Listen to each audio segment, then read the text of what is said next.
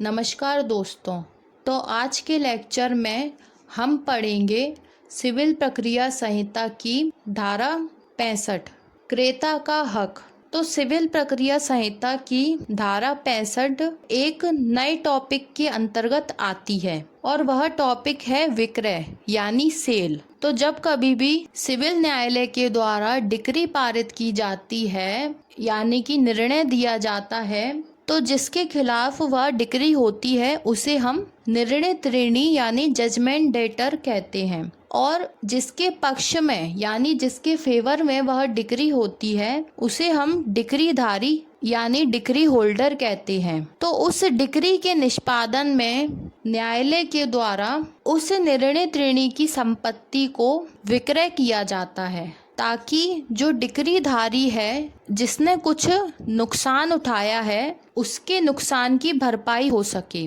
तो न्यायालय के द्वारा निर्णित ऋणी की उस संपत्ति को बेचकर यानी विक्रय के द्वारा उस डिक्री होल्डर के उस नुकसान उस क्षति की पूर्ति की जाती है। तो धारा 65 से हमें जो टॉपिक पढ़ने को मिलता है वो है विक्रय यानी कि बेचना। तो अब हम धारा 65 को बेयर एक्ट में पढ़ते हैं। क्रेता का हक, परचेजर टाइटल। तो क्रेता का हक का क्या मतलब है? क्रेता वह व्यक्ति होता है जिसने वह संपत्ति खरीदी होती है, मतलब जिसको वह संपत्ति बेची जाती है और जिसने वह संपत्ति खरीदी है वह व्यक्ति क्रेता कहलाता है। तो उस क्रेता का उस संपत्ति में क्या हक है, उसे कितना अधिकार मिलेगा, उसे कितना कब्जा मिलेगा, उस संपत्ति में वो क्या टाइटल रखता है, यह सब हमें बताती है धारा 65। आगे लिखा हुआ है, जहां किसी डिक्री के निष्पादन में स्थावर संपत्ति का विक्रय किया गया है। तो जैसा कि हमने पहले समझा कि डिक्री के निष्पादन में संपत्ति का विक्रय किया गया है, तो यहाँ पर कौन सी संपत्ति का विक्रय लिखा हुआ है? स्थावर संपत्ति। तो जैसा कि आप जानते हैं कि दो तरीके की संपत्ति होती हैं, एक होती है स्थावर संपत्ति और एक होती है जंगम संपत्ति, जिसे हम चल और अचल संपत्ति भी कहते हैं। तो जो स्थावर संपत्ति होती है उस संपत्ति को हम अचल संपत्ति कहते हैं, जिसे एक स्थान से दूसरे स्थान पर नहीं ले जाया जा सकता, जो इमूवेबल होती है, जिसे मूव नहीं किया जा सकता। जैसे कि मकान एक ऐसी संपत्ति है जो कि इमूवेबल संपत्ति है और स्थावर संपत्ति है।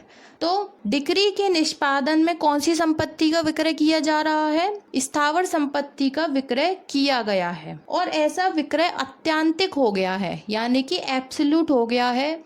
विक्रय से संबंधित जो भी कार्य था वो पूरा हो गया है और विक्रय पूर्ण हो गया है। वहाँ यह समझा जाएगा, तो वहाँ पर ऐसी स्थिति में क्या समझा जाएगा जबकि विक्रय पूर्ण हो चुका है? तो वहाँ पर यह समझा जाएगा कि संपत्ति उस समय से, किस समय से? जब उसका विक्रय किया गया था उसी समय से, ना कि उस समय से, मतलब कि जिस समय उसका विक्रय हो गया था उसी समय से, ना कि उस समय से जब वो विक्रय अत्यांतिक हो गया था, एब्सोल्यूट हो गया था, उस समय से नहीं। अत्यांतिक का मतलब है कि जैसे कि उस विक्रय की रजिस्ट्री भी हो गई और पूरा कार्य हो गया। तो यहाँ पर क्या लिखा हुआ है कि वहाँ यह समझा जाएगा कि संपत्ति का उस समय से जब उसका विक्रय किया गया है उसी समय वो क्रेता में निहित हो गई। विक्रय किया गया है क्या मतलब कि जब वो संपत्ति उस क्रेता को बेची गई, जब पूरी संविदा हुई विक्रय की और वो संपत्ति उसको बेची गई, उसको वह संपत्ति सौंप दी गई, लेकिन अभी रजिस्ट्री नहीं हुई। ठीक है ना,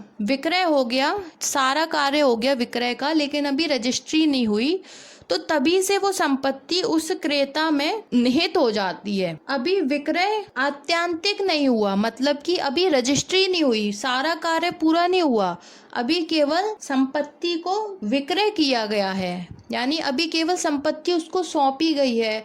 अभी केवल संविदा में उसने यह स्वीकार किया है कि हाँ, मैं ये संपत्ति इतने पैसे में खरीद रहा हूँ और आप मुझे ये संपत्ति बेच दीजिए, और बेचने के बाद भी वह उस संपत्ति पर विजिट करके आया है, देख के आया संपत्ति कैसी है, और उसने अपने कब्जे में भी ले ली है, लेकिन अभी वो विक्रय अत्यांतिक नहीं हुआ। अत्यांतिक यानी कि पूर्ण नहीं हुआ, जब तक कि उस संपत्ति की जो रजिस्ट्री है वो उसके नाम पर नहीं हो जाती, तब तक विक्रय को आत्यांतिक नहीं माना जाता, पूर्ण नहीं माना जाता। तो भले ही विक्रय आत्यांतिक नहीं हुआ हो, भले ही रजिस्ट्री उसके नाम पर नहीं हुई हो, लेकिन फिर भी अगर विक्रय किया जा चुका है और उस संपत्ति पर उसका कब्जा आ गया है और उसने पूरे धन का, पूरे परचेज मनी, क्रय धन का भुगतान कर दिया है, तो यही माना जाएगा कि जो क्रेता है उसमें वह संपत्ति निहित हो गई है।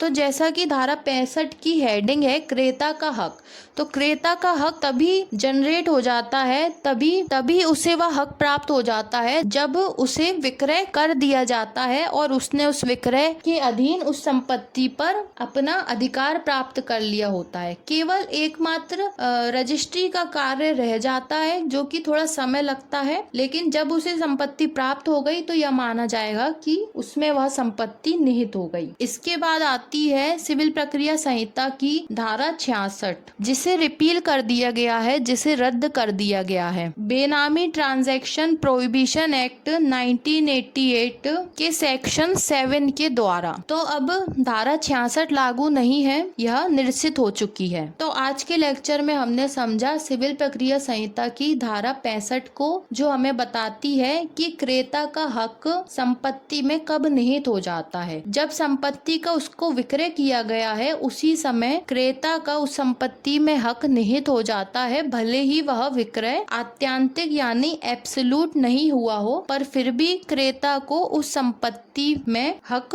प्राप्त हो जाता है। तो इस प्रकार से हमने समझा धारा 65 को। यदि आपको धारा 65 से संबंधित कोई डाउट है या आप कोई प्रश्न पूछना चाहते हैं तो कमेंट बॉक्स में पूछ सकते हैं।